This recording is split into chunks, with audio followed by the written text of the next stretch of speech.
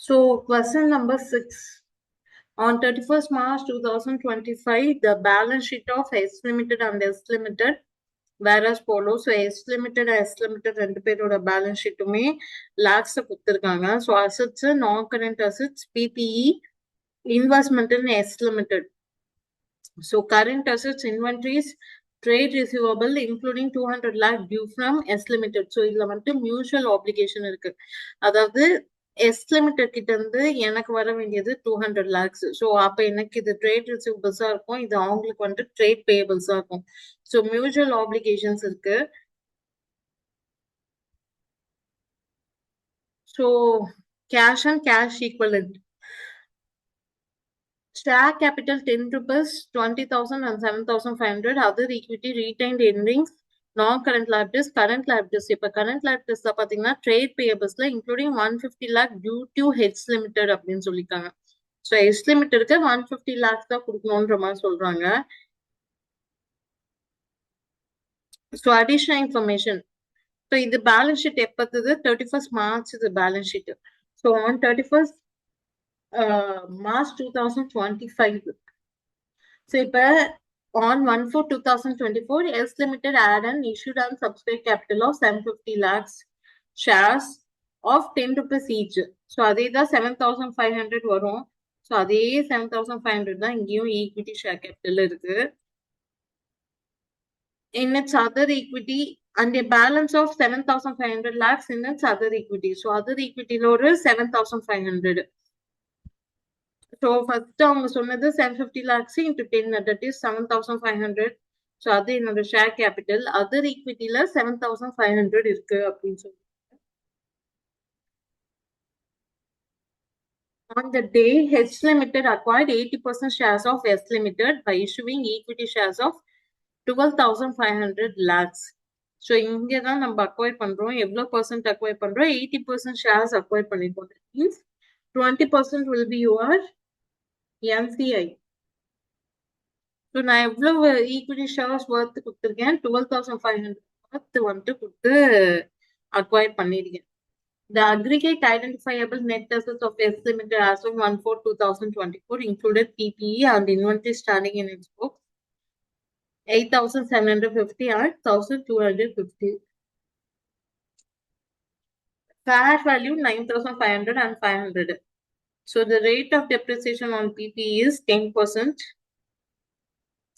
So NCA was valued at fair value calculated at per share value basis, taking purchase consideration paid by H Limited as the base. So fair value வச்சு கொடுக்கணும்னு சொல்லிட்டாங்க. Goodwill was impaired by 100 lakhs. Goodwill impairment இருக்கு. So H Limited sold goods worth 300 lakhs to S Limited on credit at a profit of 25% on cost. So நம்ம வந்து H holding company வந்துட்டு subsidiary கம்பெனிக்கு sale பண்றாங்க. எப்படி? Profit 25% with.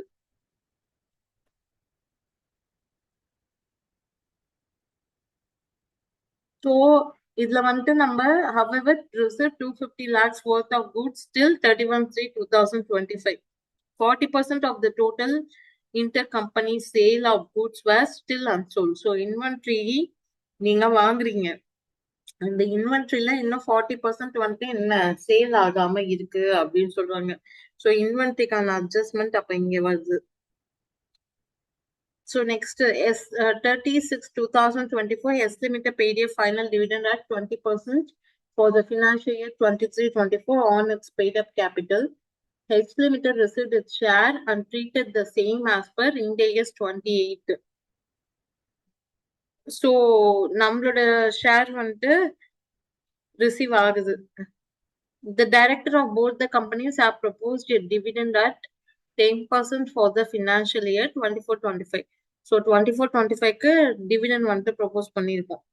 அப்ப சொன்னது போன வருஷம் டிவிடெண்ட், இப்ப சொன்னது இந்த வருஷம் டிவிடெண்ட் ப்ரொபோஸ்ட் சொல்லியிருக்காங்க. So prepare a consolidated balance sheet of S Limited and its subsidiary S Limited as on 31st March 2025.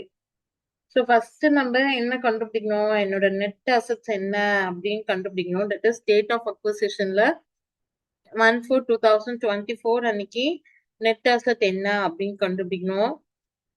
அதுக்கப்புறம் என்சிஏ என்னன்னு கண்டுபிடிக்கணும். குட்வில்லா அது எல்லாமே நம்ம கண்டுபிடிக்கணும். ஃபர்ஸ்ட் நம்ம வேலை அதுதான் இல்லையா? சோ இப்ப நெட் அசெட்ஸ் வந்துட்டு நீங்க 2 மெத்தட்ல கண்டுபிடிக்கலாம். ஒண்ணு வந்துட்டு அசெட்ஸ் எல்லாமே ஆட் பண்ணி லேப் டெஸ்ட் பண்றது. இன்னொன்னு ஈக்விட்டிஸ் எல்லாமே வச்சு நம்ம கண்டுபிடிக்கலாம். சோ இங்க வந்துட்டு நமக்கு அசெட்ஸோட ப்ராப்பர் பிரேக்கப் வந்துட்டு கிடையாது. 1/4/2024 சன்ட்ரி டேட்டாஸ் எவ்வளோ அதெல்லாம் கண்டுபிடிக்கல. ஸோ நம்ம வந்துட்டு ஈக்விட்டிஸை வச்சு நெட் அசெட்ஸ் கண்டுபிடிக்கலாம். ஸோ ஈக்விட்டிஸ் வந்துட்டு அவங்களே என்ன சொல்லிட்டாங்க, என்னோட ஷேர் கேபிட்டல் 1/4/2024 அன்னைக்கு 7,500 இருந்துச்சு, அதர் ஈக்விட்டி 7,500 இருக்கு அப்படின்னு.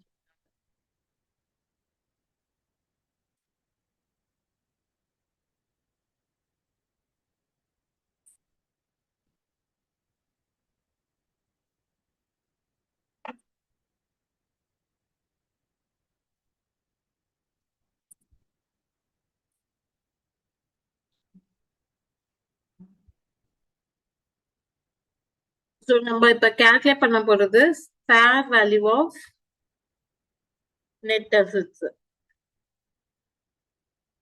as on 1/4/2024. தட் இஸ் என்னோட டேட் ஆஃப் அக்விசிஷன் அன்னைக்கு என்னன்ட்டு.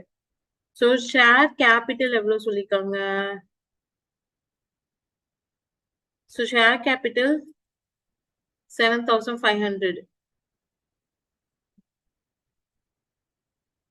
ஸோ இது இல்லாம அதர் ஈக்விட்டி அந்த டேட் அன்னைக்கு 7,500 இருந்துச்சு, கரெக்டா? ஸோ இது ரெண்டுமே இருக்கு, ஃபைன். இப்ப வேற என்ன சொல்றாங்க, இது போட்டேன்னா எனக்கு புக் வேல்யூ வரும் 7,500 + 7,500 மீன்ஸ் 15,000 லேக்ஸ் வந்து என்னோட புக் வேல்யூ. ஆனா எனக்கு தேவை என்னது, ஃபேர் வேல்யூ. ஸோ ஃபேர் வேல்யூல என்ன அவங்க டிஃபரன்ஸ் எல்லாம் சொல்லியிருந்தாங்க, பிபிஇ வந்துட்டு நம்ம வேல்யூ பண்றோம், கரெக்டா? ஸோ பிபிஇ எவ்வளவு சொல்லியிருக்காங்க அவங்க? ஸோ பிபிஇ வந்துட்டு 8,750 நான் 9,500க்கு வேல்யூ பண்றேன். ஸோ இன்க்ரீஸ் இன் பிபிஇ எவ்வளோ, 9,500 வேல்யூ பண்றோம். எவ்வளவு இருந்தது, 8,700 இருந்ததா? ஸோ தட் மீன்ஸ் எனக்கு எவ்வளவு இன்க்ரீஸ் ஆகுது, 750 இன்க்ரீஸ் ஆயிருக்கு. நெக்ஸ்ட் இன்வென்ட்ரிஸ் என்ன சொல்லிருக்காங்க, 1,250 இருந்தது, இப்ப 500 லேக்ஸா வேல்யூ பண்றோம். ஸோ இங்க டிக்ரீஸ் ஆயிருக்கு. So decrease in inventory. So 1,250 இருந்தத நம்ம 500க்கு வேல்யூ பண்றோம். That means 500 minus 1,250. So current value minus existing value. So அப்ப இங்க எனக்கு -750 வரும். ஸோ இது நீங்க ரெண்டுமே போடலனாலும் answer will be the same. But உங்களோட ஸ்டெப் மார்க் கண்டிப்பா ரெடியூஸ் ஆகும். ஏன்னா என்னோட ஸ்டெப் மார்க்ஸ்ல இதையும் போட்டுதான் நான் போடணும். So 15,000 will be my fair value.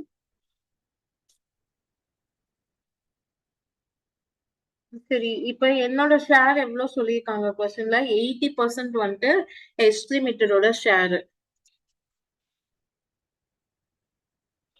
80%. So அப்ப என்சியோட ஷேர் எவ்வளோ, 20%. ஸோ இங்க பர்ச்சேஸ் கன்சிடரேஷன் எவ்வளவு சொல்லியிருக்கோம் நம்ம,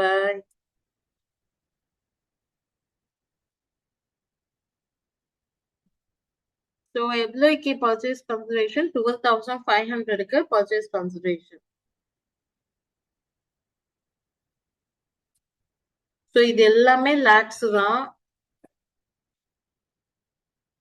ஸோ இங்க என்சிஏ நம்ம எப்படி வேல்யூ பண்றோம்னு சொல்றாங்க, என்சிஏ வந்துட்டு ஃபேர் வேல்யூ வச்சுட்டு நம்ம பர்ச்சேஸ் கன்சிடரேஷனை வச்சுதான் வேல்யூ பண்றோம். 12,500ன்றது 80%னா 20%க்கு எவ்வளோ, so 12,500 into 20/80. That means my NCI will be 3,125 lakhs.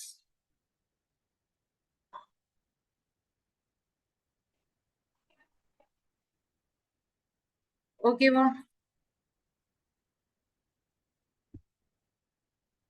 Okay. So இப்ப next step I want to calculate goodwill.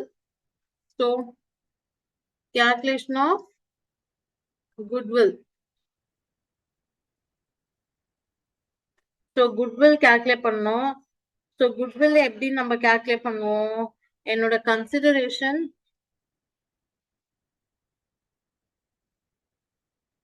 $12,500 plus NCI 3,125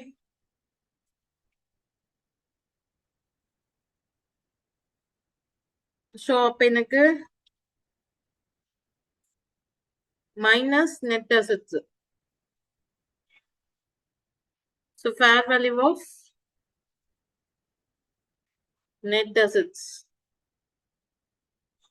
So இங்க வந்துட்டு goodwill தான் இருக்கும். ஏன்னா அவங்க goodwill impairmentனே சொல்லிட்டாங்க. So goodwill தான் இருக்கணும்.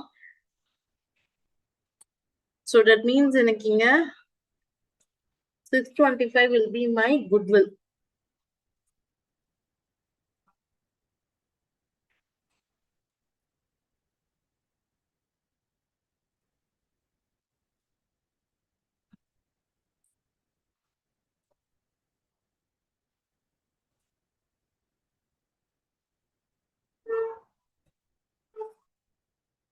So இப்ப next step post acquisition profit என்ன அதெல்லாம் கண்டுபிடிச்சதுன்னா நம்மளால consolidated balance sheet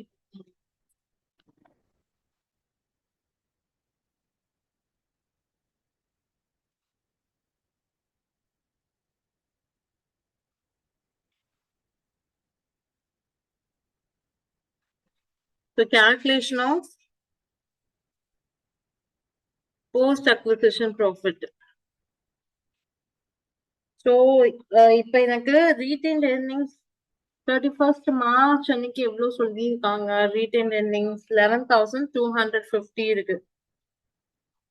இதுல வந்துட்டு நம்ம டிவிடெண்ட் பே பண்ணிருக்கோம்.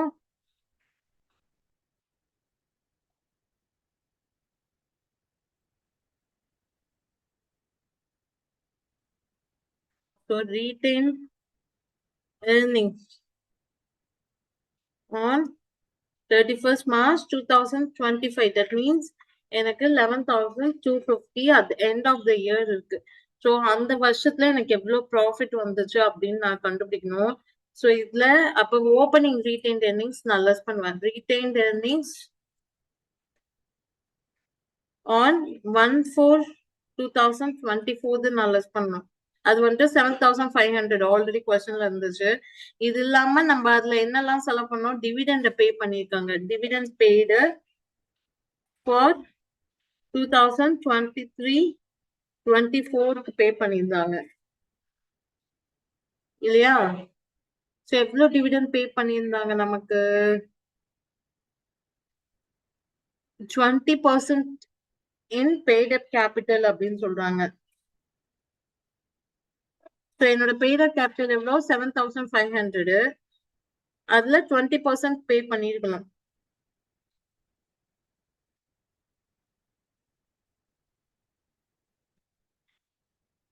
சோ இத நான் ஆட் பண்ணிக்கிறேன். சோ ஏன்னா இந்த ப்ராஃபிட்டும் அந்த வருஷத்துல நம்ம ஏர்ன் பண்ணிருப்போம். சோ அதை ஆட் பண்ணிக்கிறேன் நானு. சோ 5,250 உனக்கு வரும். சோ ஐ ரிப்பீட், இங்க எனக்கு at the end of the year வந்துட்டு எவ்வளவு ரீடைன்ட் earnings இருக்கு? 11,250. இதுல பிகினிங் நான் மைனஸ் பண்ணேன்னா அந்த இயருக்கான ப்ராஃபிட் வரணும் இல்லையா? சோ இதுல வந்துட்டு 1,500 வந்துட்டு டிவிடெண்ட் நான் பே பண்ணிருக்கேன். சோ அதையும் நான் ஆட் பண்ணிக்கிறேன். ஸோ அதையும் சேர்த்து தானே நான் ஏர்ன் பண்ணிருப்பேன். ஸோ 5,250 ஒர்த் வந்துட்டு ப்ராஃபிட் ஏர்ன் பண்ணிருக்கேன் 2024-25ல. So profit for 2024-25 is 5,250. So இங்கதான் நிறைய பேர் நம்ம கன்ஃபியூஸ் ஆகும். இதுக்கப்புறமா எப்படி ப்ரொசீட் பண்றதுன்னு நமக்கு நிறைய பேர் தெரியாது. எப்பயுமே கேபிட்டல், அதாவது இங்க வந்துட்டு ப்ராஃபிட்ல நம்ம வந்துட்டு ரீவாலுவேஷன் பண்ணுவோம் இல்லையா? அதுக்கு அட்ஜஸ்ட்மெண்ட் கொடுக்கணும். Working capital that is your current assets current லைபிலிட்டிஸா இருந்துச்சுன்னா அதுக்கான ரீவாலுவேஷனை ரிவர்ட் பேக் பண்ணிடுவீங்க. இதே பிக்ஸ்ட் அசெட்ஸா இருந்ததுன்னா நீங்க பிக்ஸ்ட் அசெட்ஸ்ல இது பண்ணிப்பீங்க. ஸோ ரெண்டு விதமா நம்ம கிளாஸிஃபை பண்றோம். ஸோ இங்க வந்துட்டு இன்வென்ட்ரியில எனக்கு கொஞ்சம் லாஸ் ஆயிருக்கு. ஸோ எவ்வளோ லாஸ் ஆயிருக்கு? 750 லாஸ் ஆயிருக்கு. ஸோ இந்த ஸ்டேஜ்ல நான் அதை ரிவர்ட் பண்ணணும். அப்ப லாஸ் ரிவர்ட் பண்ணணும்னா நான் என்ன பண்ணணும்? அந்த லாஸை ஆட் பண்ணணும் இங்க. So adjustment of loss and inventory இதை ரிவர்ட் பண்றேன். எவ்வளோ? 750 ரிவர்ட் பண்றேன். ஓகே, அப்ப பிபிக்கு நம்ம ரிவர்ட் பண்ண மாட்டோம். ஸோ அதுக்கு பதிலாக ஏதாவது அடிஷ்னல் வேல்யூ இருந்துச்சுன்னா அதுக்கான டெப்ரிசியேஷனை நம்ம இங்க கொண்டு வரணும். ஸோ டெப்ரிசியேஷன் ஆன் அந்த பிபி கெயின்ல ஃபேர் வேல்யூ கெயின் ஆச்சு இல்லையா, அதை வந்துட்டு நம்ம இங்க கொண்டு வருவோம். ஸோ எவ்வளவு கெயின் ஆச்சு? எனக்கு 750 கெயின் ஆச்சு. ஸோ இந்த 750க்கு எவ்வளவு டெப்ரிசியேஷன் நம்ம ப்ரொவைட் பண்றோம்? ஸோ 10% சொல்லிருக்காங்க. ஸோ 10% நம்ம ப்ரொவைட். ஸோ தட் மீன்ஸ் 75 நான் கொடுக்கணும். ஸோ அப்போ 5250 plus 750 minus 75. That means 5925 வரும்.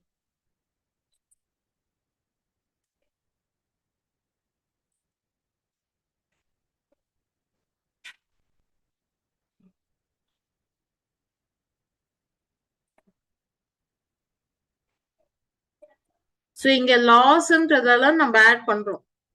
சரியா? இதே கெயினா இருந்தா நீங்க லெஸ் பண்ணிப்பீங்க. ஸோ 5925 தான் என்னோட போஸ்ட் அக்விசிஷன் ப்ராஃபிட்.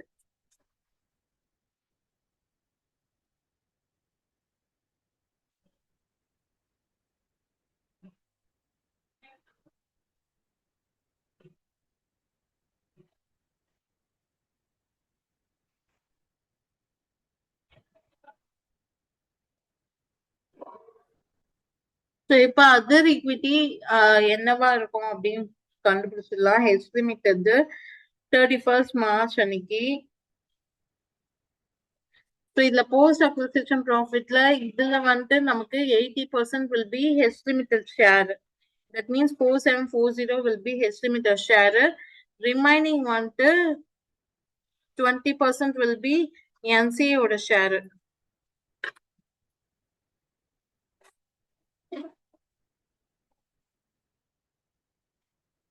ஸோ இது வந்துட்டு share of post acquisition profit.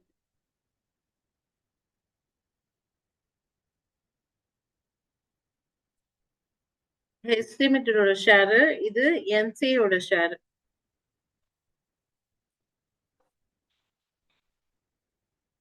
So இப்ப நெக்ஸ்ட் நான் அதர் ஈக்விட்டி கண்டுபிடிக்கிறேன். ஸோ அதர் ஈக்விட்டி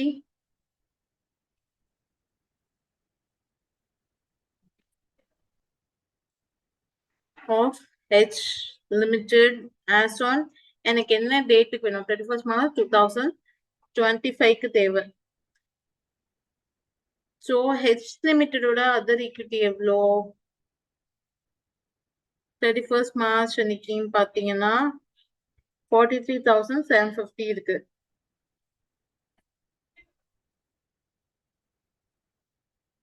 இப்ப என்னோட போஸ்ட் அக்விசிஷன் ஷேர் எவ்வளோ?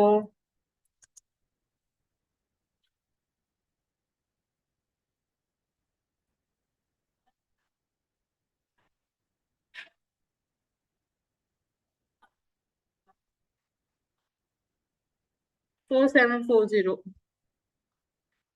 ஸோ இங்கதான் நிறைய பேர் வந்துட்டு நிறைய கன்ஃபியூஸ் ஆவாங்க.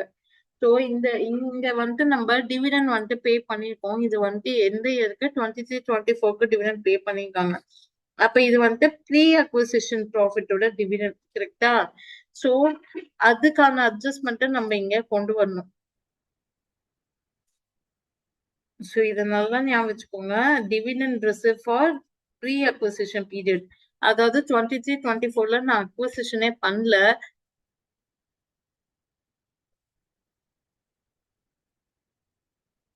ஸோ இங்க என்னோட ஷேர் எவ்வளவு வந்திருக்கும்? 1500ல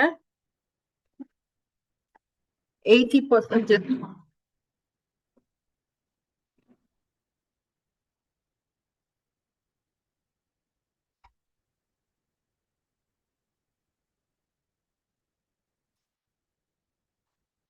So that means 1200 வந்துட்டு எனக்கு இங்க pre அக்விசிஷனோட dividend.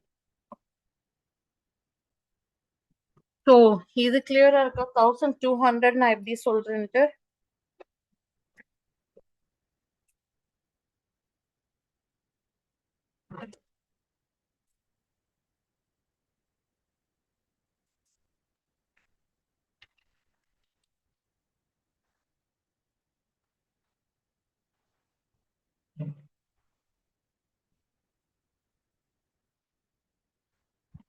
So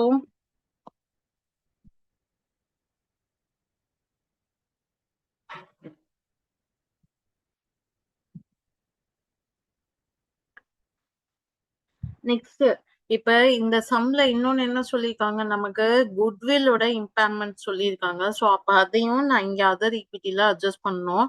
so goodwill was impaired by 100 lakhs. So 100 lakhs goodwill impairment இருக்கு. ஸோ இம்பேர்மெண்ட்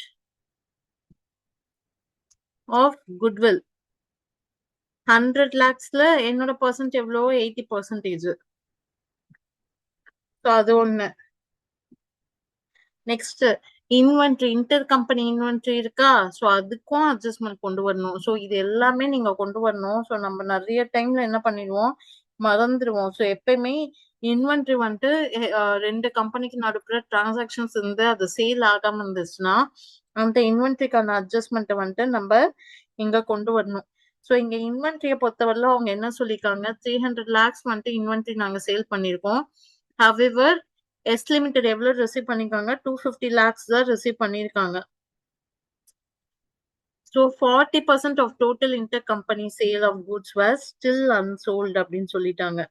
தட் மீன்ஸ் என்னோட இன்வென்ட்ரி எவ்வளோ மொத்தமா நான் சேல் பண்ணது பாத்தீங்கன்னா, இன்வென்ட்ரி பாத்தீங்கன்னா 300 lakhs. இதுல 40% வந்துட்டு இன்னும் சேல் ஆகல. ஸோ இதுல நான் எவ்வளவு ப்ராஃபிட் வச்சு கொடுத்துருக்கேன், ஸோ அதுதான் என்னோட unrealise profit. So 25% on cost. So that means இந்த 300 வந்துட்டு செல்லிங் ப்ரைஸ். அப்ப செல்லிங் ப்ரைஸ் எவ்வளவா இருக்கும்? 125 இருக்கும்.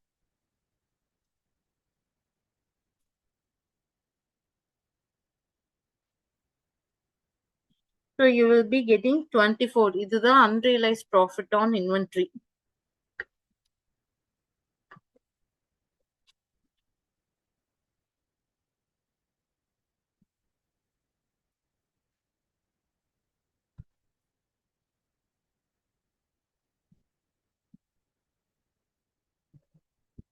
So 24 வந்துட்டு unrealized profit on inventory. அதையும் நான் அட்ஜஸ்ட் பண்ணணும். So என்னுடைய 43,750 plus 4740 minus 1200 minus 80 minus 24. That means 47,186 தான் H லிமிட்டடோட பேலன்ஸ் ஷீட்ல நம்ம கன்சாலிடேட்டடா காட்ட போற other equity. So consolidated other equity. So இப்போ நெக்ஸ்ட் நமக்கு என்ன தேவைப்படுது, என்சிஏயோட வேல்யூ என்னன்ட்டு நம்ம கண்டுபிடிக்கணும். தட் இஸ் 31st March அன்னைக்கு என்சிஏயோட வேல்யூ என்ன அப்படின்னு நம்ம கண்டுபிடிக்கணும். ஸோ எனக்கு ஓப்பனிங் அன்னைக்கு என்சிஏ எவ்வளோ வேல்யூ இருந்துச்சு? 3125 ஓப்பனிங் அன்னைக்கு இருந்துச்சு. கரெக்டா?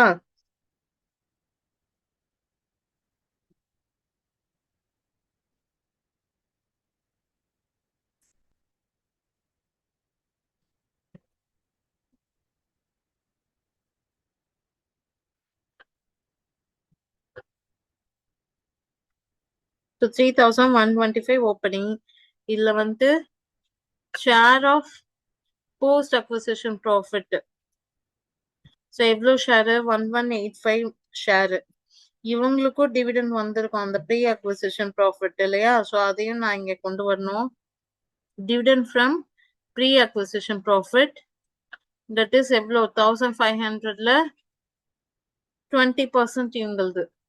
ஸோ 300. நெக்ஸ்ட் இம்பேர்மெண்ட் லாஸ் இவங்களுக்கு இருக்கா? எவ்வளோ impairment loss? 100ல 20%.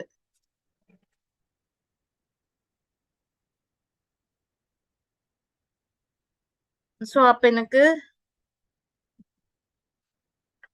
3125 plus 1185 minus 300 minus 20. That means 3990 வந்துட்டு non-controlling interest on 31st March 2025.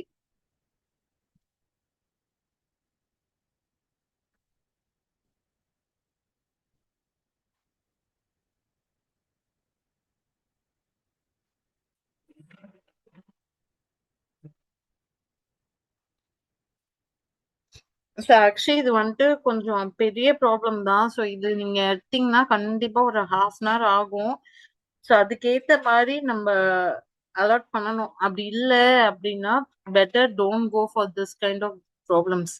ஏன்னா இங்க இட்ஸ் நாட் உங்களுக்கு ஒரு 1 or 2 அட்ஜஸ்ட்மெண்ட்ஸ் இல்லை. இதுல வந்துட்டு டிவிடெண்ட் ப்ரீ அக்வசிஷன் டிவிடெண்ட் இருக்கு.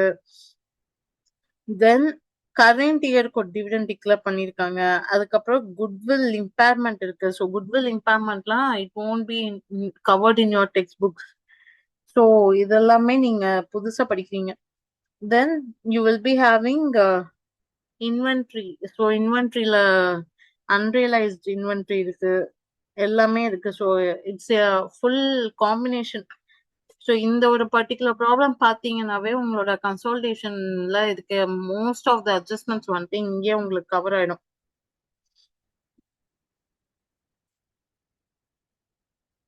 ஸோ இப்போ நெக்ஸ்ட் இன்வென்ட்ரியை பொறுத்தவரையிலும் நான் என்னோட பேலன்ஸ் ஷீட்ல எப்படி காட்டணும் அப்படின்றது இருக்கு.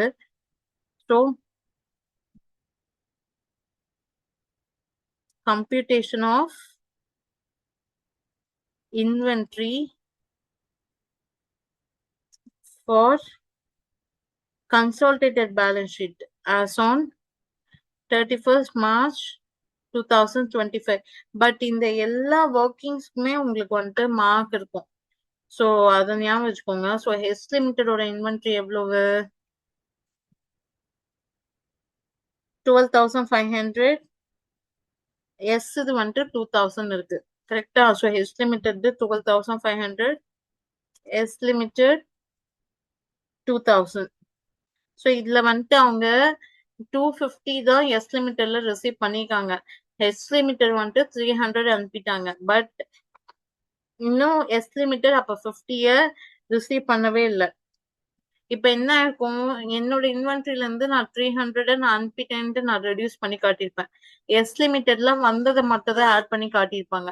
அப்ப அந்த 50 இருக்கு இல்லையா, தட் இஸ் 300 மைனஸ் 250. இந்த 50 வந்துட்டு கூட்ஸ் இன் டிரான்சிட்னு நீங்க கொண்டு வந்து காட்டணும். நெக்ஸ்ட் நமக்கு அன்ரியலைஸ்டு ப்ராஃபிட் ஒன்னு இருக்கு. ஸோ அன்ரியலைஸ்ட் ப்ராஃபிட் எவ்வளவு போட்டோம்? 24 போட்டிருக்கோம். மேல இங்க போட்டிருக்கோம் 24. ஸோ அதையும் நான் கொண்டு வரணும். ஸோ அப்ப எனக்கு 12,500 plus 2,000 plus transit 50 minus 24. That means 14,250 தான் எனக்கு சிபிஎஸ்ல நான் காட்ட போறது.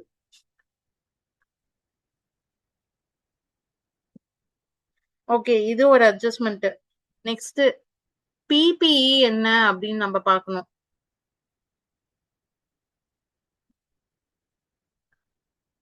So computation of PPE. So பிபிஇலும் நமக்கு அட்ஜஸ்ட்மெண்ட் இருக்கு. So H limited. So PPI பொறுத்தவரை ஹெச் லிமிடெடுக்கு எவ்வளவு சொல்லியிருக்காங்க? 23,000 and S limited is 11,500. So எப்பயுமே ஒன்னு ஞாபகம் வச்சுக்கோங்க,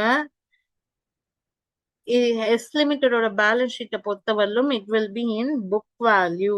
ஸோ 11,500 வந்துட்டு என்னோட புக் வேல்யூ தான். ஸோ இதுல வந்துட்டு அந்த ஃபேர் வேல்யூ கெயின் வந்துட்டு நம்ம ஆட் பண்ணணும். ஸோ இதை மறந்துடாதீங்க. ஸோ எவ்வளோ கெயின் நம்ம 750 கண்டுபிடிச்சோம் இல்லையா? ஸோ இங்க நம்ம கண்டுபிடிச்சு போட்டோம். ஃபர்ஸ்ட் இனிஷியலா போட்டு வச்சு 750 கண்டுபிடிச்சோம். Increase in PPE 750. ஸோ அப்ப இதுக்கான டெப்ரிசியேஷன் நான் கொடுக்கணும்.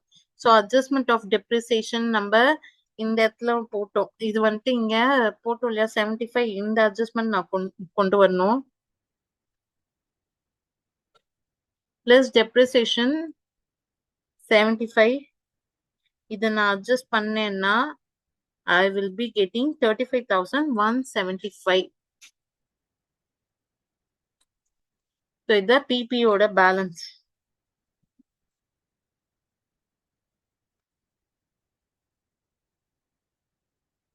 ஸோ ஓகே, குட்வில் எவ்வளவு இருக்கும் அப்ப அப்படின்னு பார்க்கலாம். ஸோ அகெயின் குட்வில் பாத்தீங்கன்னா நமக்கு அக்வசிஷன் அப்ப எவ்வளவு பார்த்தோம், நம்ம கால்குலேட் பண்ணது குட்வில் அக்வசிஷன் அப்ப 625 பிளஸ் இம்பேர்மெண்ட் 100. ஸோ என்னோட குட்வில் வந்துட்டு பேலன்ஸ் ஷீட்ல 525 தான் நான் காட்டுவேன்.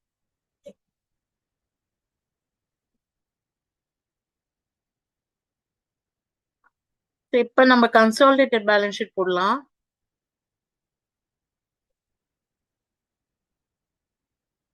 So consolidated balance sheet of H Limited and its subsidiary S Limited as on 31st March 2025.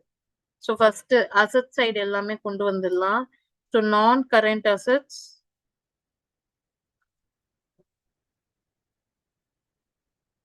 PPE எவ்வளோ calculate பண்ணிருக்கோம் 35,175. Goodwill 525 calculate பண்ணிருக்கோம். Then current assets. So inventories இது நம்ம calculate பண்ணது 14,526. So இது இல்லாம trade receivablesக்கும் adjustment இருக்கு.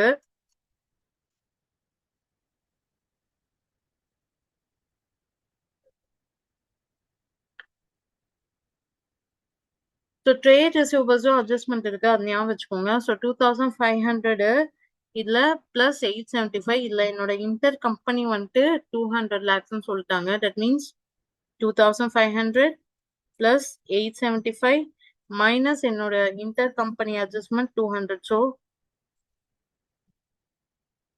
3175 trade receivables.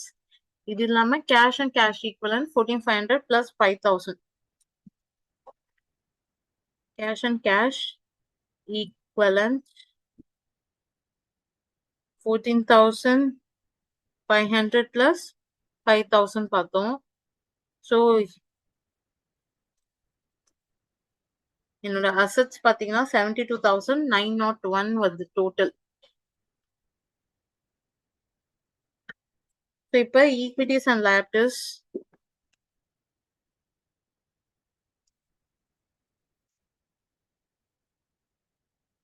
ஃபர்ஸ்ட் ஈக்விட்டிஸ் போடலாம். ஈக்விட்டியை பொறுத்தவரையிலும் ஷேர் கேபிட்டல் இருக்கு. ஸோ ஷேர் கேபிட்டல் மொத்தம் என்னுடையது மட்டும் தான் வரும், எஸ் லிமிட்டட் வராது. எப்பயுமே ஷேர் கேபிட்டல் ஈக்விட்டி நம்மளது மட்டும் தான் கொண்டு வரணும். ஸோ 20,000 மட்டும் தான் நம்ம இங்க கொண்டு வருவோம். Next other equity. So other ஈக்விட்டியை பொறுத்தவரையிலும்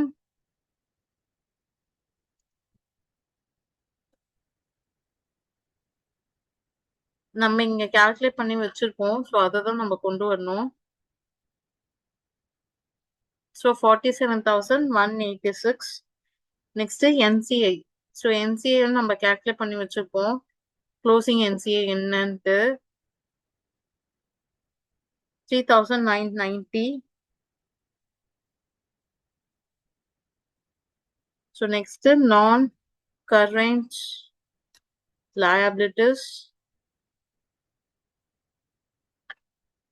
ஸோ நான் கரண்ட் liabilities இங்க எவ்வளோ இருக்கு, எதுவுமே இல்லைன்னு. Okay, current liabilities. So current liabilitiesல we want to give an adjustment again. So 1,250 plus 625. இப்ப இதுல வந்துட்டு என்ன again here you want to see is இங்க எனக்கு trade receivable 200 இருக்கு. அப்ப இங்க 200 தான் இங்கேயும் ட்ரேட் ரிசீவபிள்ஸ் இருந்திருக்கணும் இல்லையா? பட் இங்க 150 காட்டுறாங்க. தட் மீன்ஸ் இங்க என்ன இருக்கும்? Cash and transit. சரியா? ஆர் எல்ஸ் இப்படி இன்னொரு இது இருக்கீங்க. ஸோ ஜென்ரலா பாத்தீங்கன்னா கேஷ் அண்ட் டிரான்சிட் சொல்லலாம். பட் இந்த ஸ்பெசிபிக் சினாரியோல நம்ம வந்துட்டு 300 ஒர்த் வந்துட்டு அனுப்பிட்டோம். ஆனா அவங்க 250 ஒர்த் தான் ரிசீவே பண்ணியிருக்காங்க. தட் மீன்ஸ் அந்த 50 லேக் எஸ் லிமிட்டட்ல இன்னும் பேயபிள்ஸாவே காமிச்சிருக்க மாட்டாங்க. ஸோ ஆனா அங்க 50 லேக்ஸ் இருக்கு இல்லையா? ஸோ அந்த 50க்கு நீங்க இங்க அட்ஜஸ்ட்மெண்ட் கொண்டு வரணும். So 1250 plus 625. So next current லயபிலிட்டிஸ்ல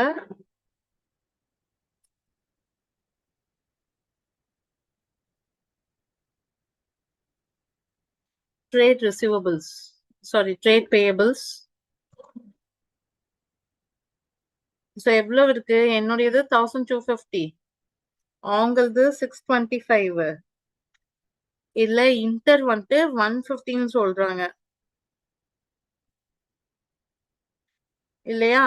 so அது எப்படி 150ன்னு சொல்றாங்க? தட் மீன்ஸ் 200 இந்த ஒரு 50. ஸோ அது 150. ஸோ அப்ப எனக்கு 1725 இருக்குன்னு அர்த்தம். ஸோ அப்ப எனக்கு 72,901 will be my total.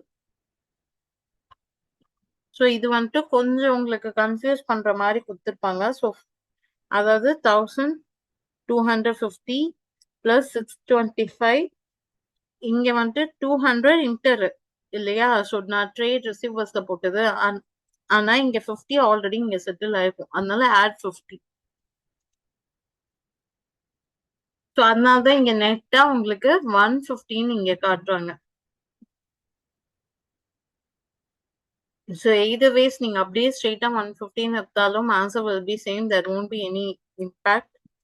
So அப்ப எனக்கு இங்க டோட்டல் வந்துட்டு ரெண்டுத்துக்குமே டேலி ஆயிடும்.